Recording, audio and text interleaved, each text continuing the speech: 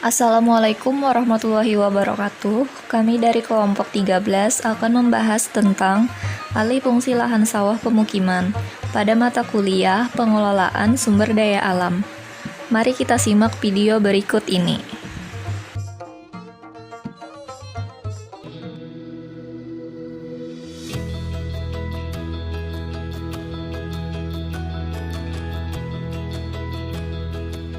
Dari kecil sampai sekarang ini, sampai tua, itu jadi petani lah. Pemirsa, laju alih fungsi lahan pertanian di Dengan alasan sulitnya memperoleh keuntungan yang layak, para petani di Kecamatan Berbak, Kabupaten Tanjung Jabung Timur mengubah lahan sawah padi yang mengalami puso menjadi lahan perkebunan kelapa sawit. Alih fungsi lahan memang sulit dihindari. Indonesia merupakan negara agraris dengan luas sawah sebesar 7,1 juta hektar. Alih fungsi sawah di Indonesia sudah sangat tinggi dan mengkhawatirkan. Hampir 200.000 hektar sawah per tahunnya beralih fungsi menjadi tanah non-pertanian, menjadi kawasan perumahan, industri, komersial, dan lain-lain. Sedangkan penciptaan lahan cetak sawah baru rata-rata hanya 60.000 hektar per tahunnya dan butuh waktu yang lama. Pengalihan fungsi lahan atau lazimnya disebut sebagai konversi lahan adalah perubahan fungsi sebagian atau seluruh kawasan lahan dari fungsinya semula seperti yang direncanakan menjadi fungsi lain yang menjadi dampak negatif atau masalah terhadap lingkungan dan potensi lahan itu sendiri. Alih fungsi lahan juga dapat diartikan sebagai perubahan untuk penggunaan lain disebabkan oleh faktor-faktor yang secara garis besar meliputi keperluan untuk memenuhi kebutuhan penduduk yang makin bertambah jumlahnya dan meningkatnya tuntutan akan mutu kehidupan yang lebih baik. Masyarakat kelompok tani setempat mengatakan pengalih fungsian lahan akibat hama burung dan ular yang kerap terjadi, serta sulitnya mendapat keuntungan dengan bertanam padi. Pertimbangan lain pengalih fungsian lahan yakni jika dibandingkan panen padi hanya terjadi 2 kali dalam setahun, sedangkan panen kelapa sawit dapat dilakukan 2 kali sebulan. Selain itu, lahan sawah padi yang mengalami puso akibat minimnya tanggul persediaan air juga menjadi salah satu alasan alih fungsi lahan. Data yang diperoleh di Dinas Pertanian Tanaman Pangan dan Hortikultura Kabupaten Tabanan menyebutkan, pada tahun 2015 sedikitnya 248 hektar sawah telah dijadikan bangunan. Banyak lahan pertanian yang telah beralih fungsi menjadi tempat tinggal atau kawasan industri lainnya. Penyusutan lahan pertanian menjadi kawasan industri dan perumahan menjadi faktor yang paling banyak terjadi. Alih fungsi lahan ya untuk kepentingan non pertanian, industri, kemudian juga perumahan dan yang lain-lain. Suharyanto, Kepala Badan Pusat Statistik Republik Indonesia berkata, kalau mengacu pada data 2013, luas lahan baku kita 7,75 juta hektar. Tetapi sesudah dilakukan pemetaan yang baru, ternyata ada pengurangan luas lahan baku menjadi 7,1 juta hektar. Selain itu, Suharyanto juga mengatakan, penurunan luas lahan tersebut dipicu oleh gencarnya alih fungsi.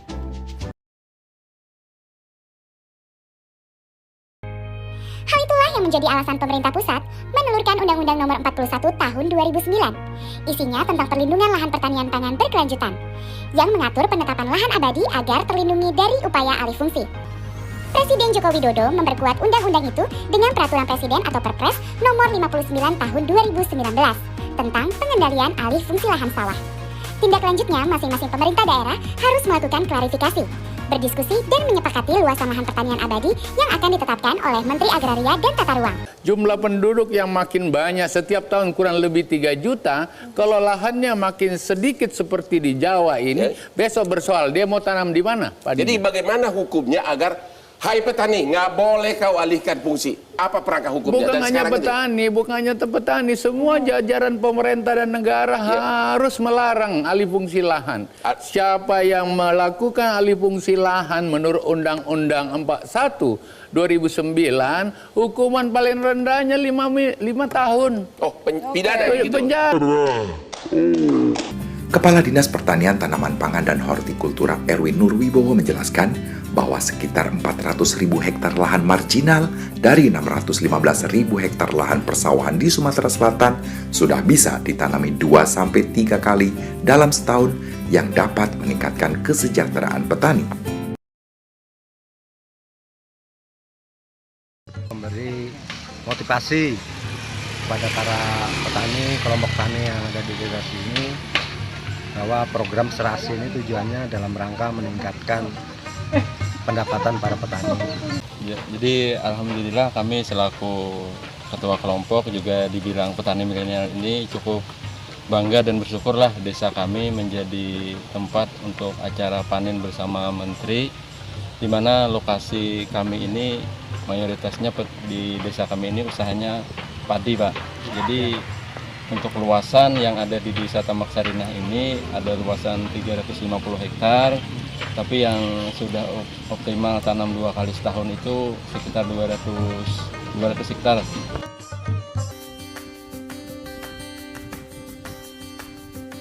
Kadang berangkat pagi, itu kami kerja di sawah kita sendiri. Nanti jam 10 kita ambil upahan tempat orang lain. Kadang menraktor, kadang disuruh orang untuk mengangkut padi, kadang ngangkut tanah, macam-macam yang kita kerjakan lah. Karena itu satu-satunya aset daripada para petani. Karena di situ petani bisa menanam apa aja kan dari lahan persawahan pertanian. Sangat-sangat penting dan sangat diperlukan, karena kalau nggak yang namanya petani, kalau kita nggak punya lahan juga susah.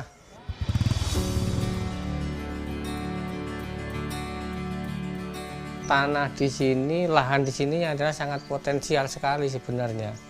Cuma satu, mungkin irigasinya kurang lancar, sumber daya airnya kurang bagus. Kalau musim kemarau panjang kering, kalau musim penghujan tergenang, memang sudah tradisinya di pertanian rawa, yaitu kendala bagi petani, sangat berpengaruh.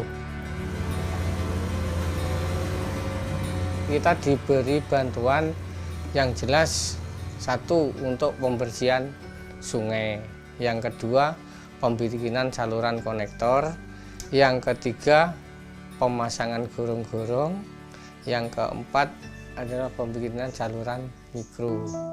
Terima kasih kepada Kementerian Pertanian yang telah membantu kami dengan adanya program serasi, yang telah membantu memperbaiki saluran air sehingga kami sebagai petani dapat tanam 2 kali setahun dan kami tidak perlu merantau lagi.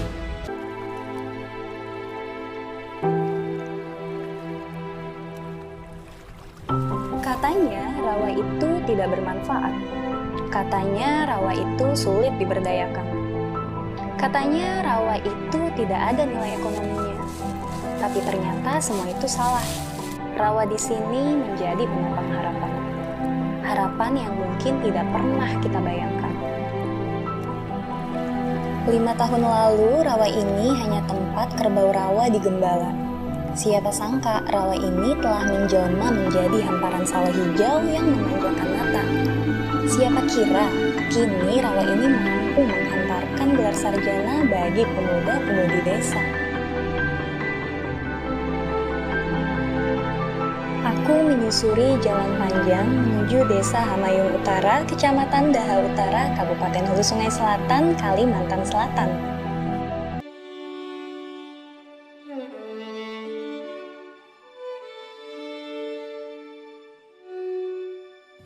Nama kita Haji Nurdin, umur kita 53 tahun, keluarga 4 orang, sebagai Ketua Kelompok Tani Desa Hamayung Utara, Kecamatan Daha Utara, Kabupaten Hulu Sungai Selatan.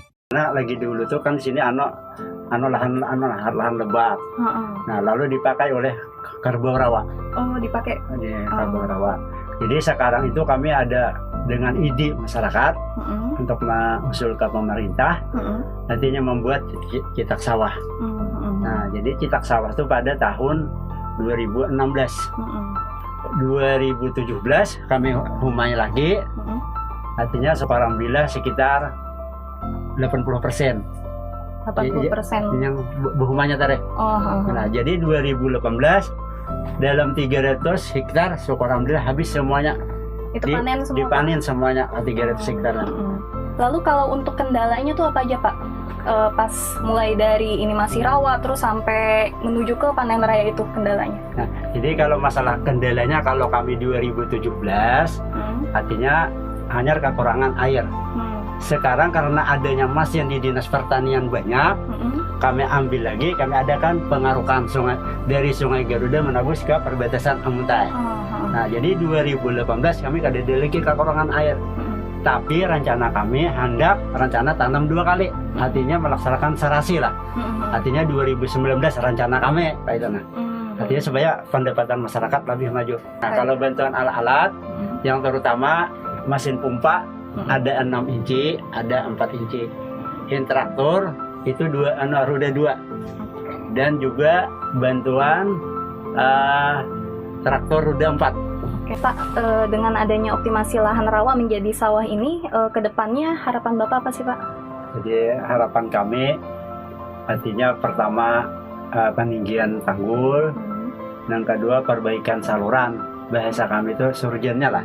Bantuan dari pemerintah apa aja sih Pak? Ya, peninggian tanggul kan dan pelebaran tanggul, pembuatan saluran, serta adanya bantuan mesin dan tabet, kebutuhan dari pemerintah. Lalu untuk peningkatannya setelah kegiatan optimasi lahan rawa itu seperti apa Pak peningkatan? Jelas peningkatannya kan dari nilai pendapatan kan ada 2 kali. Nah, otomatis kan dari nilai hasil di musim dalam itu kan ada penghasilan dari Pondok Pesantren Darul Amin. Dan dengan adanya tanggul-tanggul yang ini kan yang dulunya tidak bisa ditanami 2 kali, tapi alhamdulillah dengan adanya tanggul ini bisa tanam 2 kali. Direktorat Jenderal Prasarana dan Sarana Pertanian menggagas program serasi Selamatkan Rawa untuk Kesejahteraan Petani sebagai upaya untuk mengoptimalisasi lahan rawa. Program serasi yang meliputi perbaikan lahan sawah rawa, yaitu sistem tata air kita atur, dan infrastruktur lain yang dibutuhkan kita penuhi seperti alat olah lahan. Kita mencoba merubah mindset dari pola bertani tradisional ke pola petani modern, yaitu dengan sistem mekanisasi. Kalau kemarau itu kering dan jika musim hujan itu tergenang air, sehingga bagaimana supaya hal ini bisa kita atasi tentunya dengan mengatur tata kelola air. Jadi diharapkan itu dapat mensejahterakan petani-petani di lahan rawa ini dan tentunya meningkatkan produksi secara nasional menuju lumbung pangan dunia.